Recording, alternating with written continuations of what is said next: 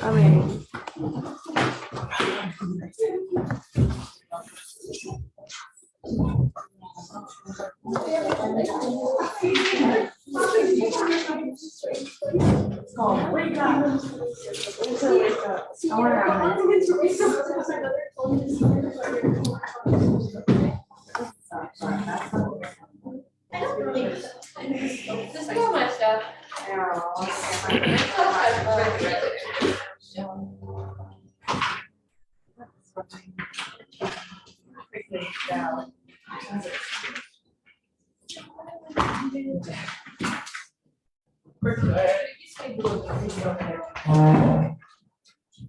Okay, we're ready to go. You can. It could be yours. Okay.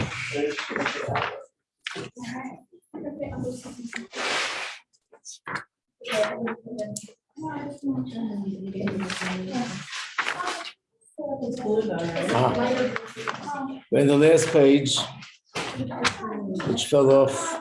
Yeah, but we skipped the Where are you going? 22nd page. What? We skipped the 22nd page.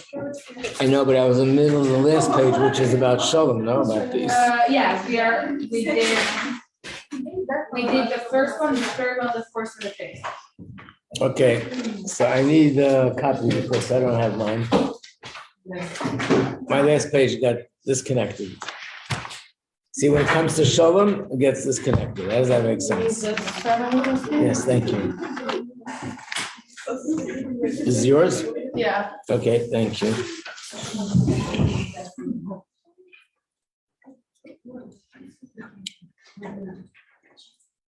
So we did number one, we did number two. No, we didn't do number two. No? 1, 3, 4, 5. Oh, number two are the words of the Mishnah. Ashlosha Dvarim, Ha'olam Kayam, the world endures, it makes it lasting. There are three things, which is three things are judgment, truth, and shalom, and peace. So, the three, was the Rambam, about the only purpose of Torah was to create peace in the world. Number four is the quote that Hashem found no better vessel except for shalom. Number five is also, we're up to number six, shalom bayis. So you heard the word a lot, but the word shalom, which means peace between any two parties. It could be two friends, it could be two roommates, two people doing business together, two neighbors, it could be anything. When we use the term shalom bayis, specifically, it's referring to peace in the home, which means either peace between husband and wife, or peace between parents and children, peace between siblings. But primarily, when people just use the word shalom bayis, primarily it's referring to peace between husband and wife. And these are one of the things you learn about in the Jewish home class, that even though peace in general is a positive thing, and like it says, it's the best vessel for bracha, and so on, and Hashem is represented by shalom, by peace, but specifically, peace in the home, so much has been written about this, so much has been said about this, but I want to mention one thing, which I once heard from the Rebbe, and to some extent, I think you can almost say it's the most powerful thing that I ever heard about the importance of shalom bayis. What I mean by the importance of shalom bayis is we live in a time today that if two people don't get along, okay, goodbye. Like they say, it's that you change a pair of shoes, you buy a new coat, you get something, everything's dispensable. So husband and wife are also dispensable. But the Torah perspective, it's extremely painful when, God forbid, a house, a family is taken apart. And one of the things that are pointed out is that the word ish is spelled Aleph, Yud, Shin. Isha is spelled Aleph, Shin, Hey. So basically, there are two letters there that are the same. Let me do it over here so you can see.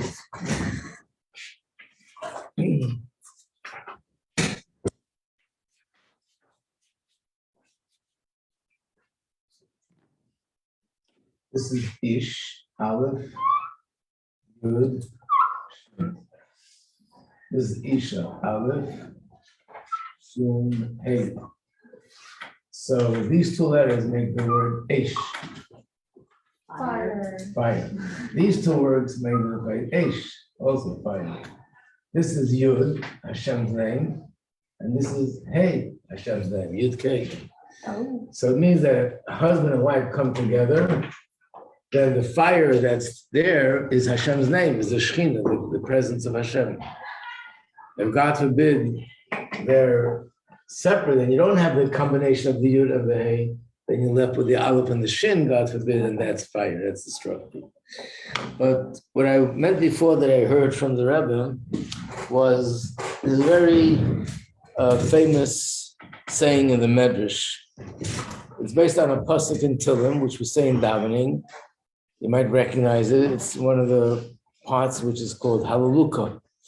And it says that Hashem commands us with his commandments, with his statutes.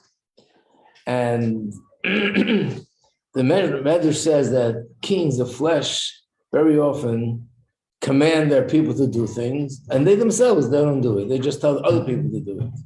But Hashem is a different kind of king. Whatever he himself does, that's what he tells us to do. So therefore, when he tells us to put on tefillin, he also puts on tefillin. When he tells us to daven, he davens also. When he tells us to wear a talis, he wears a talis too.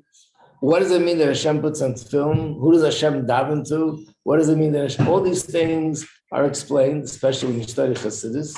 It's referring to something spiritual, but basically whatever it is up there in the spiritual realm, it's a reflection of, and it's similar to what we do here in the physical realm. So Hashem gave us to follow his own path. Whatever Hashem does, he told us to do the same thing. So every mitzvah in the Torah, we can find Hashem doing it in some sort of spiritual way. What? Can I ask a question? Yes. But Hashem doing mitzvahs both sides, both sex, needs men and women. Yeah, not only feeling, but also Shabbos kind. Right. Because Hashem there's two aspects in the spiritual realm. One is the masculine and one is feminine. When you study Chassidus, you know that the spiritual realm is divided into two parts, Zoh and Malchut. Zoh is the masculine and the sphere of Malchus is feminine. And that's why, sometimes Hashem is referred to our father, but sometimes Hashem is referred to as our mother in some places. Sometimes masculine, sometimes feminine. So everything is there. But the Rebbe's question was, how could you say everything is there? One of the commandments are that a person at some point and under certain circumstances, very unusual circumstances, is obligated to give up his life for Hashem. Hashem also has such a commandment. He gives up his life for something. What does that mean? But he doesn't have a physical life. First of all, he doesn't have a physical life. Second of all, give up his life for what?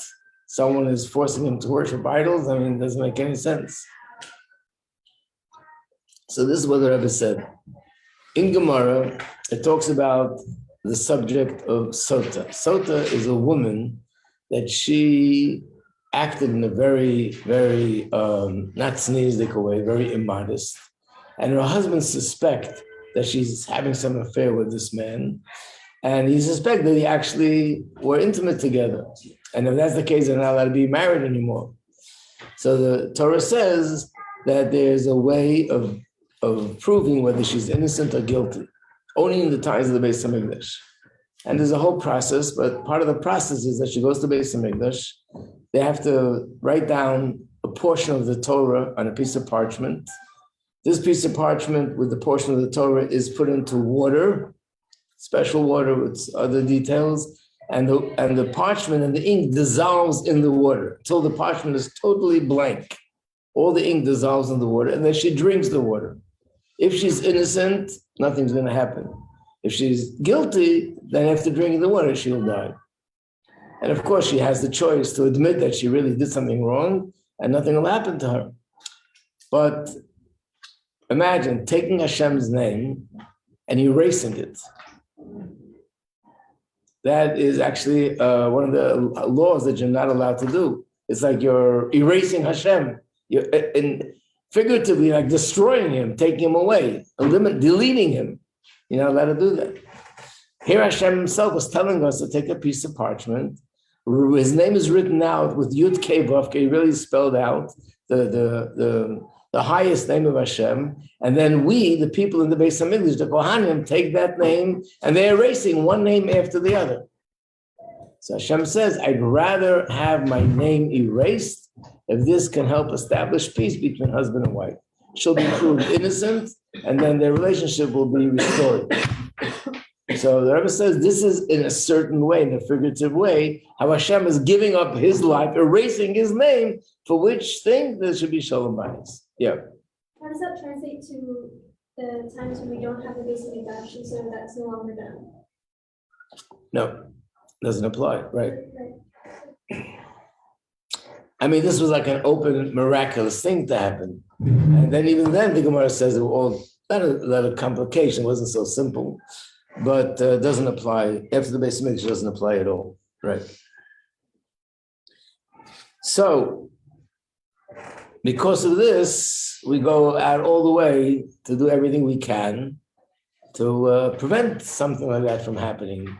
Like sometimes somebody would say, I know it requires a lot of work, why should I do all that work? And the answer is, if Hashem says, I'm ready to give up my name, to destroy my name, so there should be peace in the home, we can do a little bit of work, so there should be peace in the home. It's not something that we should take lightly. And now we just learned on the other page that Emes is Hashem's name. And Emes is the essence of godliness. His seal is Emes, remember? Yet, look at number 7. Mutar l'shanos mipnei hashalom. You're permitted to change the honest truth in order to maintain peace. Where do we know this from? From the story of Aaron. Remember we said, what did Aaron do to do peace? He went over to the person and said, the other person told me that you really want to say, I'm sorry, but they're afraid you're not going to accept it. It wasn't true. But he said that to soften them up. Then he went to the other party and said, that person said that they really want to say, I'm sorry. And when the two people met, they felt better about each other and they got together.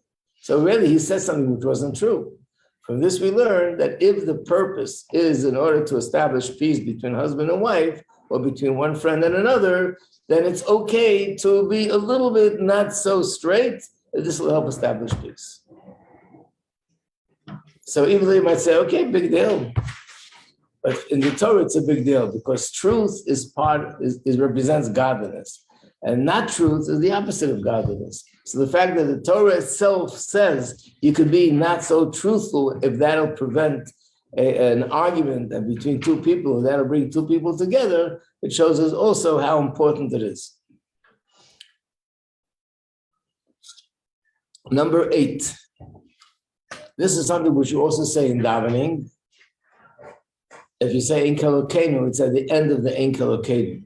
It says Talmidei Chachamim, Torah scholars, Marbim Shalom Ba'olam. They increase peace in the world, which means Torah scholars, by learning Torah, that brings more peace in the whole world, not just for them alone.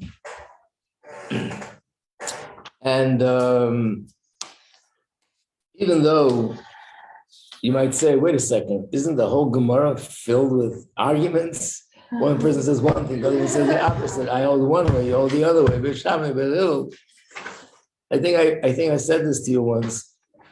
One of the, not most women or girls don't really say it, but in the Siddur, before we start the davening, there's a whole chapter of Mishnayos.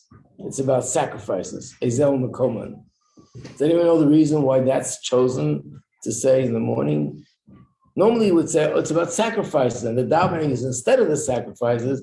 So it says, so therefore we read about the sacrifices. But even the subject of sacrifices, there are hundreds of Mishnahs. There are probably maybe even over 100 chapters that talk about the subject. Why did they choose this chapter? So the answer that's given is the only, and listen to this, the only single chapter in the whole book of Mishnahs, of all the Mishnahs, that there's no two opinions. Look at everyone, you'll see there's no two opinions. Everywhere else, there are two opinions. So then we say, and the whole purpose of the Torah scholars is peace. So of course the answer is, the two opinions are two opinions in Torah. It never became personal. That because you disagree with me, therefore I hate you, therefore I don't like you. Like the Gemara says that the Shammai people and Hillel people, they got together, they had the gatherings together, their children married each other, they were the best of friends, but they had different opinions and they're learning. And that should be the same with everything. When you have two different opinions, it's not a reason to, get angry at the person because they have a different opinion than me. It's a different opinion in Torah. And Hashem wants us to have different opinions. There are 50, 70 different ways of interpreting and understanding the Torah, but it shouldn't become something that's personal. Number 9, similar to what we said about emes, that truth is Hashem's seal, like Hashem's stamp with which he sort of puts a seal on it. Same thing with Shalom. Shalom is actually one of Hashem's names. In fact, when two Yidden meet, how do they greet each other? Shalom Aleichem. What does that mean? Peace unto you. But the truth is another meaning. It means Hashem's presence should be upon you. And Hashem is called Shalom. To the extent that some commentators even raise the question, why are you allowed to say it just in casual conversation if it means Hashem's name?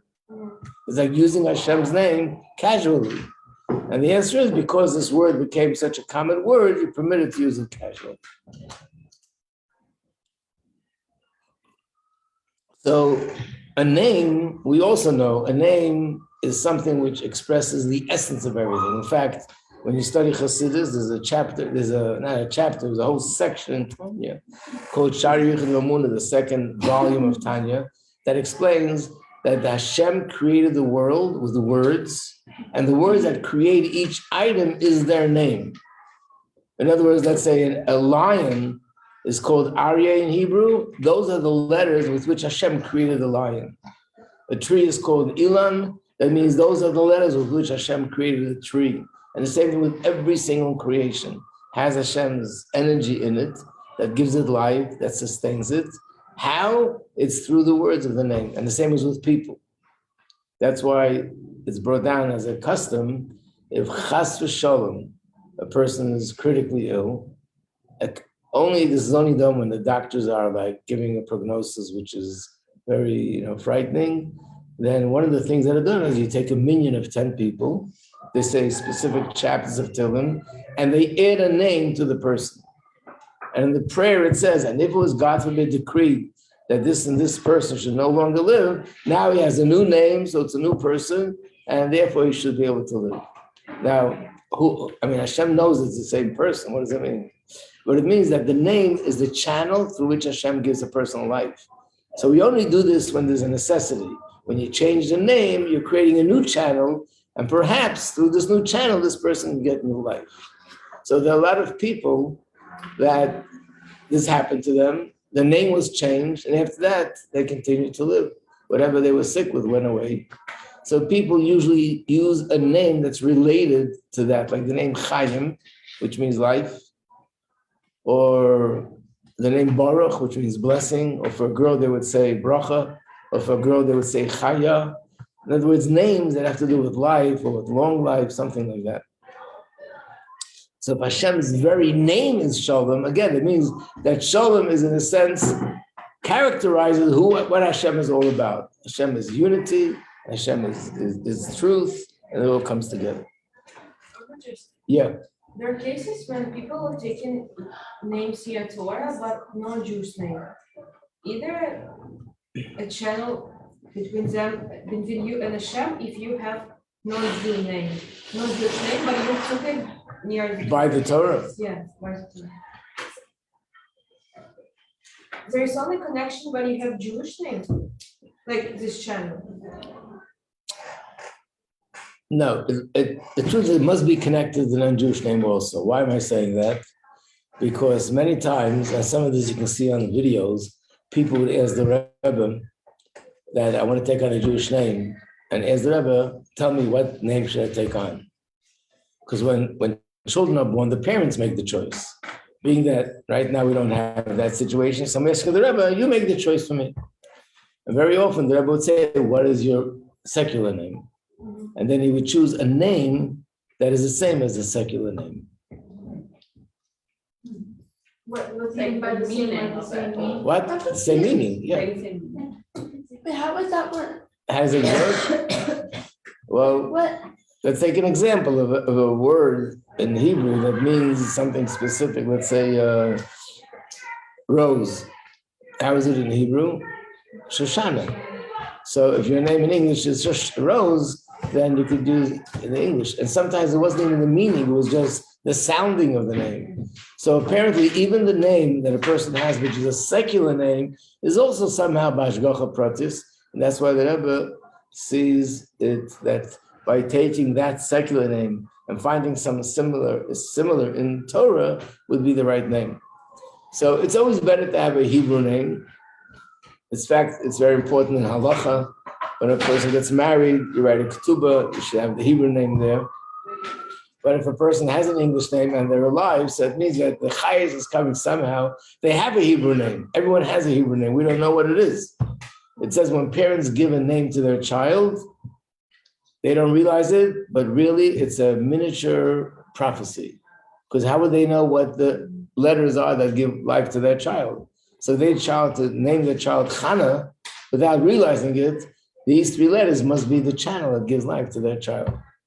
And in fact, most of the time when people would ask the Rebbe, like we ask the Rebbe a lot of things, Rebbe, what name should I name my child? The Rebbe say, this belongs to the parents. And it's something that has to come through the parents. So if it's not the parents, if I myself am choosing a name, then I'm the person that it's coming through me, even though I don't realize it. It's like a miniature prophecy. So Yeah. everyone has to have a Hebrew name, or is it like okay to have other language? Like Yiddish? You can also have another name, but everyone should have a Hebrew Yeah, at name least one Hebrew. because that's the name you use by the Torah. That's the name you use when you make a Mishaberach. When you get married, you use it in the ketubah. That means when you have a baby and they're giving a bracha, you write to the Rebbe and you want to write your name, you usually choose the Jewish name. But isn't a Yiddish name also a Jewish name? Yiddish is a little bit Jewish, yeah. So it's better to have like a Hebrew name? No. Yiddish is Jewish. The Rebbe's one name is Yiddish, one name is Hebrew. Yeah, all the Chabad. The name Menachem is Hebrew. The name Mendel is Yiddish. The name Arya is Hebrew. Leib is Yiddish. Yeah. All the Chabad names have like at least one Hebrew name. Yeah, but when I say Jewish, I didn't mean not Yiddish. I mean a name that's connected to So like, what is Yiddish? Yiddish is a language that only Jews spoke. It's a language that was exclusively for Jews. And all the great rabbis and sages in the last maybe 400 years, whenever they spoke in Yiddish. That was the language. Yeah. Okay. So the main point was I don't want to go into the whole thing. That's another subject. But the main point is we're talking about Hashem now. If Hashem says that my name is Shalom, it just shows us how essential and how closely connected peace is to Hashem.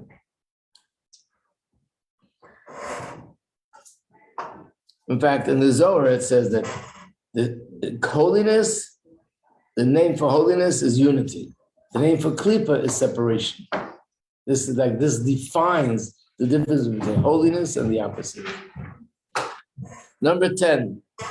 Number 10 is a pasuk.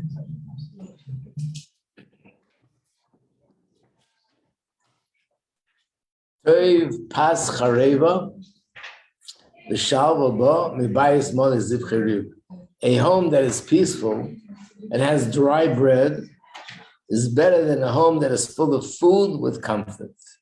In other words, most people, what they pursue is a lot of money, beautiful home, $1 million home, a $2 million home, I have a $3 million home, and I have an $8 million home. And people that's what makes them very happy and excited, makes them feel good. But the truth is to have a simple, humble home, where there's peace between everyone in the family. That's the greatest blessing, much more than all the money, the most beautiful furniture, the most beautiful curtains, and the most beautiful walls and floors and ceiling and who knows what.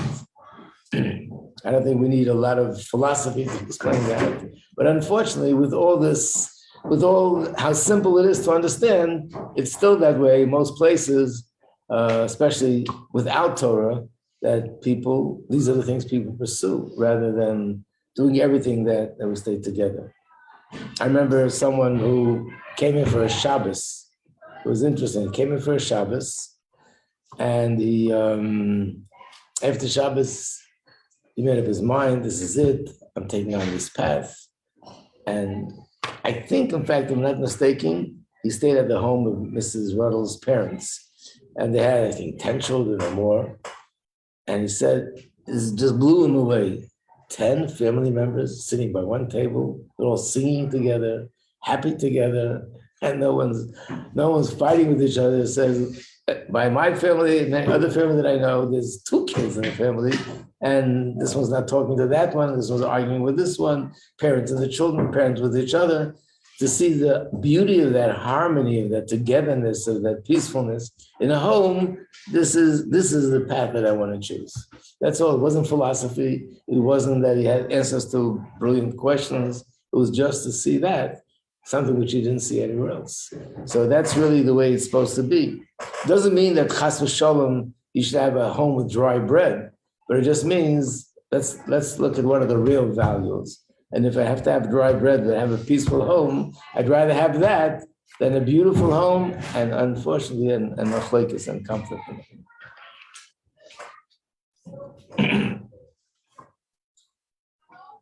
Okay. So we did shalom, we did emes. We have one more thing to do. The third thing was mishpat, justice. So I left that page for last. And that's going to be page 22. Yeah. Really, we need at least 22 pages on this subject.